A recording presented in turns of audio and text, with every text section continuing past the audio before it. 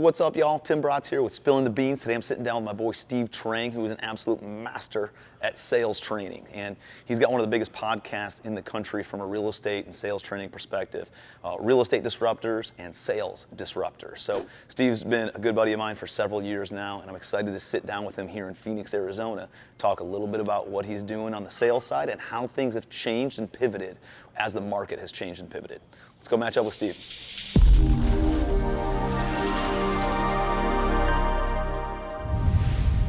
Steve Trang, welcome to Spilling the Beans, buddy. Thank you for bringing coffee. I ended up with a cocktail late in the afternoon and a beautiful Scottsdale day.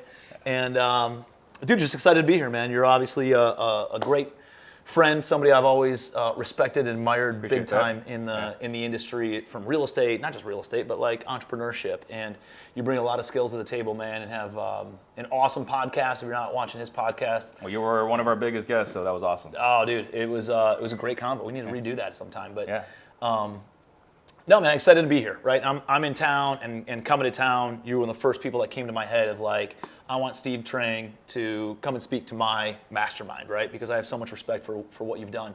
And so you've given me the honor of coming out and speaking at the mastermind, and thought, hey, let's film a quick podcast too. Absolutely. So, dude, what I'd love to do is share, I know that you really specialize in the sales side of things, and I'd love to share a little bit more about the psychology of sales. And I know you have your sales business, where you teach people and you teach their sales teams on how to scale and on how to create consistency in their business, which I think now more than ever is probably one of the most important things that people can be focused on. Yeah. You know, and so I think it's really cool to hear kind of like your origin story too. Sure. So I'd love to know a little bit, how'd you become an entrepreneur, and then how'd you end up kind of where you are today? So what I started off was, I grew up here, right, Phoenix area. I went to Arizona State University. Studied electrical engineering, right? I mean, that's just stereotypical, right? Was either that or mathematics of some sort, right? Yeah, or doctor or lawyer or whatever, right? Like, so I did the whole engineering thing. Went to go grad school, San Diego. Went to work at Intel for a bit. So I did the stereotypical path. But what I realized along the way is that I'm unemployable, right? It wasn't like I was getting written up. It was just like I couldn't take orders from anybody. And so eventually I was like, well, I'm going to go. Did you lose a bunch of jobs? Did you get fired, or you just like quit? No, I kept waiting for them to get laid off. I kept waiting to get laid off, right? Yeah. Like, because Intel was always letting people go. Yeah. Or letting people go. I was like, please, this time, let me be let me be the one. Right? And they wouldn't. And so so eventually, you know, like everyone else, you read Rich Dad Poor Dad, you see, like, you get red pilled like the Matrix. You can't go back to think about W-2. So I went off on my own, and I thought, the first thing I did was become a realtor. And being a realtor, I thought was super easy, right? Like, I mean, all my friends and family are super well off, and it makes sense for them to buy real estate, and why wouldn't they use me? They know me, like me, right? That was completely wrong, right? It requires sales, right? It requires top of mind consciousness. But what I realized very quickly, early on, is that I was horrendous at sales, right? If you could just imagine an engineer, and how good they'd be at sales naturally. They're totally opposite each other on the DISC assessment, you know what I mean? Exactly. And so I struggled at sales for the longest time, and actually got to a point where I said, screw it, I'm just gonna spend a lot of money on marketing and hire pushy salespeople. Like, that was my business model, and it worked, right? And then sometime in the last few years, I started learning, there actually is a sales process. This isn't just one of those things where you just have it. Yeah, it's not an art, it's a science. Exactly. And so once I figured out the science behind it, then I went all in on it, and now I teach it, and I get paid to teach it, and the reason why I feel more qualified than most people is because I sucked at every part of it, right? So because I was so terrible at every aspect of sales, I then could learn what works, and now I can relay it to someone else using what I learned. And it's funny how many clients we've had. It's like, you basically just reverse engineered sales. It's like, yeah, I had to for myself. Yeah. I love it, man. And so tell me a little bit about what your business does today. So our sales company today, we primarily work with two different avatars. Either you're running a wholesaling company today, right? Wholesaling flipping company today, in which case you've got salespeople that work underneath you, and I just train your team. So that's one avatar. The other one is we just started a sales community. So it's, for the up and coming wholesaler, or we have clients right now that sell insurance, sell Yelp. It's a generic sales program. It's a low ticket item, but we got that sales disruptors. Dude, I think that's smart, because I've seen a lot of the smartest, or like the biggest brands out there start with a niche, right? And then they go wide into sales, or then they go wide into coaching, or then they go wide into like marketing, or like then they teach general, right, sales skills. But you came from the real estate industry. You were very niche, became known as the sales guy in the real estate industry, and now you can teach car sales, insurance sales, real estate sales, like all the different industries, and now you can go wide. I can see that turning into like a pretty substantial following, pretty substantial. And I know you rebranded like the podcast and stuff. I assume that's probably part of it. Right? So we have Real Estate Disruptors, and then went to Sales Disruptors for the community, but we just last week bought closemoresales.com, and like in 2024, like we are going. What's it called? Closed market sales? Close more sales. Oh, close more sales. Got it. .com, right? And that's just a unifying message. Like everyone wants to close more sales. Like there's no one's like, hey Tim, do you want to close more sales? Nah, I'm not really interested in that, right? Everyone wants more sales. Yep. And so in 2024, we're putting we're planting our flag in the ground. Like whether you need help training salespeople, you need to hire salespeople, you need to learn how to manage salespeople, whatever it is. Like that's our vision for 2024. I love it, man. I love it. So if somebody like me comes to you and I say, hey, dude, I got a sales team, like, or I want to learn sales myself. Like, how do you audit me and what I currently have going on? Like, let's give some hacks, right, and some of the value that I know that you bring, and give some takeaways, some key things that people can implement just from watching this episode. Of like, if I come to you and you want to audit me, like, what are the first couple of things that you're looking at in my organization? Yeah, so basically I want you to pitch me, right? I want whatever it is you're selling. Sell me this pen, right? Yeah, something along those lines, right? And I want to hear what your process is in selling, because one of the first things I want to see is you actually have a process. I was fortunate to be a judge in Closers Olympics, right? And what I could see is that not everyone has a consistent sales process. And if you have an inconsistent sales process, you're only gonna get one thing: inconsistent results, right? So you have to have a process. Your opening should sound the same over and over again, where you sound enthusiastic, but it's a script, right? It should sound the same every single time. Now you're gonna get hit, with objections, curveballs, whatever. Let's see how well you can handle it. But I wanna see that your opening is consistent. I wanna see that you're setting the proper expectations for the appointment, right? Now, does that change based on which industry you're in? 100%. Yeah, I mean, I think you should definitely have, depending on the industry, like if I'm doing B2B sales, it's gonna be different than B2C sales, right? If I'm trying to buy someone's house, it's different than I'm trying to sell you a CRM. Yep. Or raise private money, or Exactly. So I think the script should be different, but the process should be the same, right? Step one, we build rapport and trust. Step two, set expectations for what we're expecting to do in this appointment, right? Maybe this is going to be like, hey, if you're on board, maybe now you're going to sit me down with your family office, right? Or maybe if you're on board, you might sit down with your partners or sit down with your spouse, whatever. Or you might be signing a contract today. But whatever it is, I want to set expectations for like, hey, if it makes sense for us to do business together, here's the outcome of this appointment. We're going to set the expectation right now. I love it. Right? Because I don't want here, well, let me think about it, and we got to play this chasing game. So I think step one, we got to set clear expectations. Step two. Do you get like commitment from them? It's like, hey, absolutely. If this meeting goes well and I can solve this problem and this problem and this problem for you, the next step in my mind would be to go here.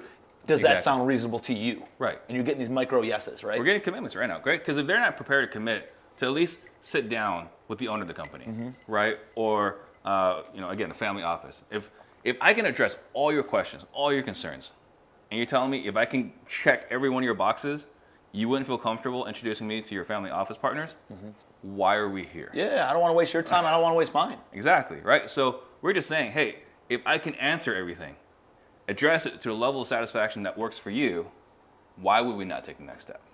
Dude, I love that. Because so many people are like, just leave it up in the air, right? And it's not like a definitive path of what's next. Here's the next step in the process. Does it seem agreeable? Yes, it seems agreeable. Great. Then let's move this needle forward. Right. Now let's address the concerns. Right. So the next thing we do is just a discovery. Right. We're going to figure out what's going on, why it's important, what the desired outcome is, what's going to feel like, and at the end of that, what it feels like if you can't get that to happen. Right. So we figure out what do you want, and then we're going to say, well, if you can't get it, like how much is that going to suck? Right. And so now we're creating a very clear picture of what your desired outcome is, and also getting you to feel the state of what's going to be like if you can't achieve a desired outcome. Now it's because the two things that move people to make a decision and to take action is an overwhelming desire for something or an overwhelming desire like not to feel a certain way. I mean, Tony Robbins talks about right? Pain and pleasure. Pain and pleasure, those right? Two most powerful motivators. I want pleasure or I don't want pain. And And not wanting pain is much more powerful stronger than desire for pleasure. Exactly. So we're going to spend a lot of time figuring out exactly what you want, and then the feelings associated with that. And once we get through all that, then we'll take the next steps, right? What we agreed to at the beginning. But I think one of the things I want to be really clear, where I think our sales training is different than most, is that I am adamant about understanding everything that's going on in your world. I'm going to ask you a lot of questions. A lot of it's going to be really personal. The two different ways I've described this is we're playing battleship, right? You've got, your ships wherever. When I make my offer or I make my presentation, I am hitting your ship with every single thing, and I'm not missing on any of them, right? So by the time I make my offer, it's everything you told me you wanted, right? Or the other way is like we're playing poker. Your cards are face up, my cards are face down. Yeah. That's how the sales appointment Yeah. is. I love it, man. So all right, so you've built rapport. You've set the proper expectations. Now you're in discovery phase. Exactly. Right? And then the next thing is just essentially making the offer. Then it's just closing. We're just doing what we agreed upon, right? Right. Because I addressed all your concerns. I was able to give you exactly what you said you wanted. And so what happens if somebody's like, I got to think about it? Then I'd be super confused. It's kind of funny. Like, And just being candid about that. Yeah. Say, hey, I'm super confused because you told me you wanted 1, 2, 3, and 4, 5, and I delivered 1, 2, 3, 4, 5. Like, tell me what's going on, right? Yeah. So I'm confused. I don't understand. It's two of the things I probably say a lot whenever there was an agreement. I'm confused. That's really good because it's just so put your it's just like brings your guard down. Like, hey, I'm really confused. Like, where are we on That's this? exact tone, right? It's like, we agreed this is gonna. Like you said, you were okay with this, right? And now we're here. And now they look like a flip-flopper, dude. And nobody wants to look like a flip-flopper. Right. That's just help me understand. And there's one thing I use a lot. It's I learned this a long time ago from Sean Terry. He called the objection annihilator. We have our own spin on it, right? So the first thing is like, oh, you got to think about it. Well, first, I don't understand. So when we talked about, we were going to take these next steps, I must have done something to lose your trust, right? I'm just feeling really pitiful here, right? Yeah. And I was like, well, you got to think about somewhere. Is it the process you got to think about? No, it's the process. Oh, it's the pricing. Like, you got to think about the pricing. Of course, that makes sense. Like, oh, it's not the pricing. It's, it's me. You're uncomfortable with me. Yeah. And they're like, no, and they'll tell you whatever it is, right? So it might be, I made a promise I was going to give someone else a last shot, right? In your world, like, hey, I promise, who's the big brokerage that starts with an M? I can't think about it. Marcus Millichap? Yeah, right. Marcus, hey, I promised that guy Marcus Millichap I was going to give him one more shot before I sign anything, right? You're going to uncover whatever black swan is there that they've been kind of holding close to their chest. Are there common objections that probably come up in every single industry, right? That transcend industries, or is it like only in this industry these come up, and then you got to work through all of those, and you're creating a list of those and the best ways to overcome those? Yeah, I mean, typically it's always other people. Like, I think higher authority is always one that comes up, right? Whether it's my wife, my business partner, there's someone else behind the scenes, the CFO, the CEO, the owner. Like, there's always some other higher authority, right? And there is a higher authority. We're going to uncover that while we're going through process discovery. Right. And if we find out that there's a higher authority that needs to sign off on this, well, either A, we agree that we were going to, what I sold, what I got you to agree in the beginning, was you were going to schedule an appointment for us to meet with him or her. But if we find out, we get to the end, it's like, no, like, there's no way I can get this to happen, whatever. I'm going to now sell this appointment, right? And get you to agree to meet with this other person. But on top of that, I will not make my formal offer if I know that there's someone else here, right? So if I know, like, let's just say we're talking about an apartment complex, right? Like, you're at 2, I'm at 2, right? We're both at $2 million, but we got to get someone else on board. I'm not going to tell you, hey, Tim, I'm good to go at $2 million. I'm going to say, look, I don't know if I can get $2 million approved. When we were talking in our office, we were at 192. You're telling me you need 2, I can't make you an offer for 2. What I need to know is I need you to go talk to your partners and find out 2 works for them. Once you do, I'll go back to my team and I'll fight for you. But I can't go back and expend all my political capital, right? Call in every favor. Yep. If you're telling me you're not ready to go at 2. Dude, that's so good. It's so simple, but it's so good. Yeah. Tell me about my negotiating skills have always been similar. Like I got a little bit of a process, not dialed in like what you're talking about, but I really just don't go into deals unless I'm willing to walk away from a deal. Oh yeah, you have to. That's every deal that I go into. In order to buy this property or buy this business, I want it, but I'm not willing to sell my soul or do a bad deal in order to take. And I'm always willing to walk away, and Absolutely. I'm never desperate enough where I have to sell, at a position, or I'm not willing to show them that I have to sell, right? And so I try to never ever, and I find that whoever's willing to walk away from a deal typically makes the best deal. Oh yeah, they get the win. They get the win for sure. So I think there's two different things. One of the things that we teach a lot is that the other person we're talking to, generally we're talking about with homeowners, they need to sell that house significantly more than we need to buy that house, right? We're in Phoenix, like 2% foreclosure rate. Like there are thousands of houses I can buy here. Yeah. Why do I have to buy your house, right? You need to sell your house. I don't have to buy your house. I need to buy houses to be in business, but I don't have to buy your house. So step one is that indifference. Step two, what I learned growing up, learned from my mom when she was a killer negotiator, was the ability to walk away. But her walk away was literally like turn around and walk away, right? I'm more like, what would she negotiate on? like we would go to like Chinatown, like buy clothes and stuff. It was just Best Buy. Like she was negotiating at Best Buy. It was embarrassing. I love it, dude. Yeah. Well, I mean that's typical when you're traveling. When I go to Central America or I go to the Caribbean or I go overseas. If you're not negotiating, like what are we doing? Everybody's it's like, oh, look at this sucker who just paid, And it's like it's very typical when you're in Asia or when you're in Central America or when you're in Europe, Eastern Europe, and you're like. You always barter, right? And that's just part of the culture there. Absolutely. So the way we do it and now, Americans are just like accepting of it. They just pay full price. Yeah. Yeah. So for us, now we say, hey, I wish I could make that work. And that's it. I wish I could make that work.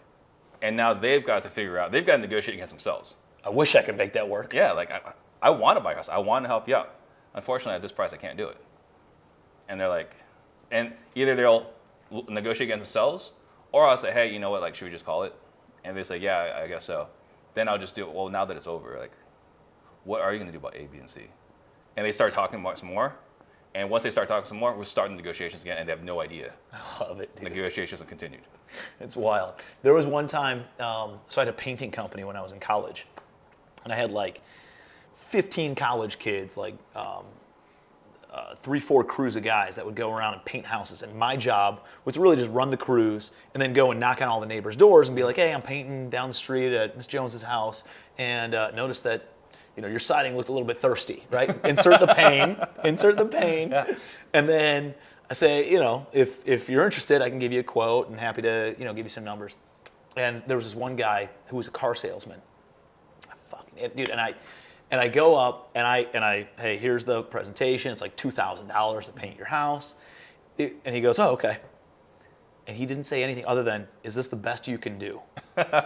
Dude, he goes, is this the best you can do? And I was like, well, I'm fucking type A. Like, I can do better than that. Yeah, I can come down to like $1,750. Mm-hmm. He goes, okay. And I was like, holy shit, dude, I just negotiated against myself $250. Yeah.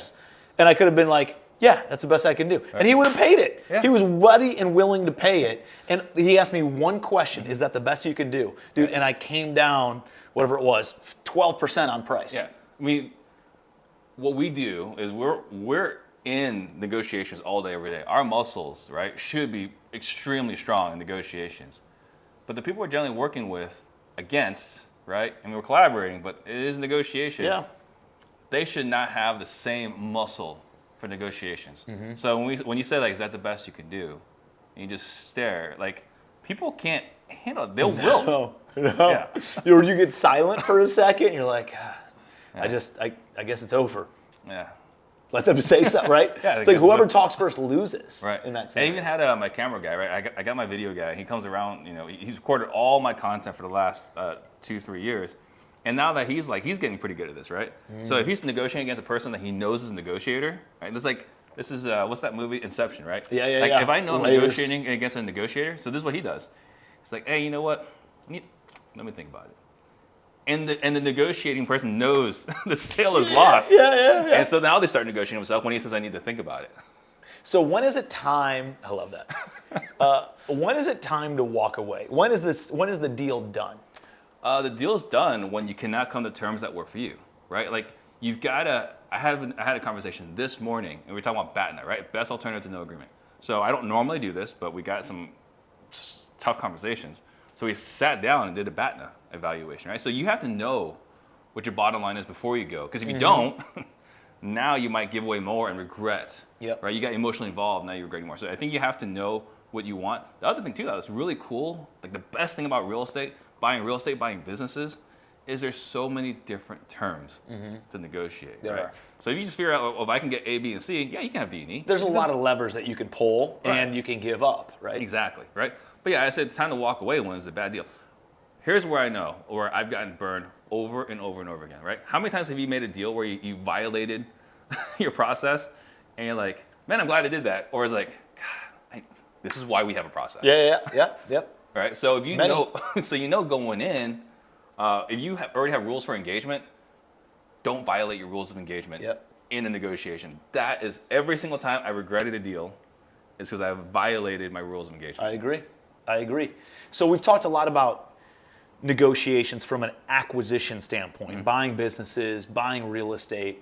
What if you're on the sell side? And what if you're on the sell side where you do have to sell, right? Like there's a lot of things that have changed and have affected adversely people in a real estate community right now, right? Like construction loans hard to come by right now. So now people, maybe bought land and they can't sell it, right? Because not only are interest rates higher, but there's just less banks willing to make construction loans. Sure. I own a bunch of stuff in like kind of the Gulf Coast, and insurance rates have gone through the roof, and now that directly impacts the net operating income, and then now the multiple comes down, right? And then there's obviously interest rates, which we mentioned, labor force has gone up, supply chain expenses have gone up. So like, all right, let's say there's somebody watching this who is in real estate or has a business, and they do need to sell, right? Like, what are some of the best things that they can do to not put their cards face up and like put themselves in a position to negotiate strongly on the sell side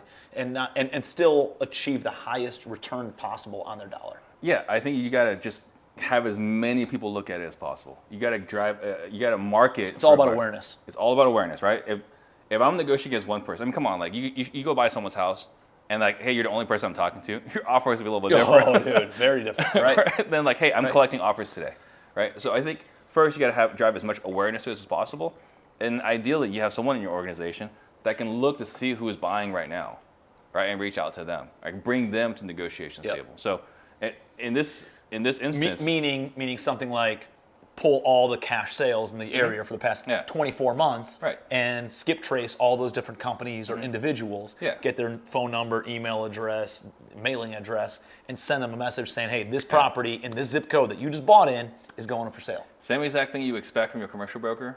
Just do the same exact thing, right? Bring it in-house. I don't expect much from my commercial brokers, dude. What they're supposed to do. What they're supposed to do. Yeah. Right? So same exact thing as far as dispositions, moving a property. You hire a commercial broker, but you can have in-house reach out to everyone that's buying. Right? Just let as many people know as possible where they have to negotiate against themselves. Or negotiate against each other where they're willing to pay a premium. And that is the key, I think, is that now you're creating fear of loss. Now you're creating competition. Now you're creating, hey, listen, I got some offers. I appreciate your offer. Somebody's a little north of that, right? Somebody has better terms. Somebody can close faster. Somebody has shorter due diligence. They have more earnest money up. They blah, blah, blah, blah. All those different levers that you were talking about before, you can start playing on some of those because you do have a backup plan, right? And when you don't have a backup plan, dude, you're desperate. You're in desperate mode, right? When you do have a backup plan, you're in a lot better position to be able to negotiate on those terms. And that whole eBay effect, right? Remember, like if you bid on something, then it's like, well, I'm not going to lose this deal, right? So once getting those micro commitments. So once you got multiple people making their offers, now you can talk to them. Now you can talk about like, well, what was your vision for this? What were you hoping to do with this, right? And then if you can get their like what their plan was. We talk about this like naming the puppy. Like if they can put their name on this and put their vision on it, now they're even more vested, they're willing to pay more for it. Dude, it's so good. It's so good. So this has been so much value. And we hit on a lot of good stuff in 22 minutes or whatever it's been. But what I'd love to do is what's the best way for people to get connected with you? The best way is on Instagram at Steve.Trang. That's the best way. Steve Trang, at Steve Trang. At Steve.Trang? Steve.Trang, yeah. There's a fake one out there? Yeah, there's some guy with like 9 freaking followers. Like, I don't even know what his problem is. Just give it up. Just give it up. Hey, phonies, cancel this account. Dude, I hear you, man. I tried buying at Steve, but the guy wanted the Bitcoins. Like, I don't want that. There's an at Tim Bratz. It's like the Italian version of me or something out there. All he's doing is trying to get PayPal accounts to my followers. Anyways, no, dude, it's super, super good. And the other thing is like make sure that people are on your Sales Disruptors. Go to salesdisruptors.com. It's so good. Yeah, definitely. You guys are always talking about some huge value type stuff, and dude, I just appreciate you being here, man. It always means a lot, and well, it means a lot, and it's always a huge value. And I'm excited for you to speak at the Legacy Summit this week, bro. Stoked for tomorrow. So many good hacks. Hopefully you guys took notes. Go and rewatch this. Give me your best takeaways in the comments below. And I'm sure there's somebody that you know who would get a ton of value out of this. If you would please share this with them, it would mean a lot to us. So it always helps us if you like the video, if you comment on the video, you subscribe to our channel, and share the video, because that's how the algorithm works, right? And that's why we do what we do, is try to give as much value as humanly possible and help entrepreneurs and real estate investors with their journey. So that way you're not alone on an island by yourself all the time. So utilize us as a resource, and we are doing these Spilling the Beans every Sunday for the past several years, and we're going to keep rocking and rolling. So appreciate you being here. We'll see you next Sunday on Spilling the Beans.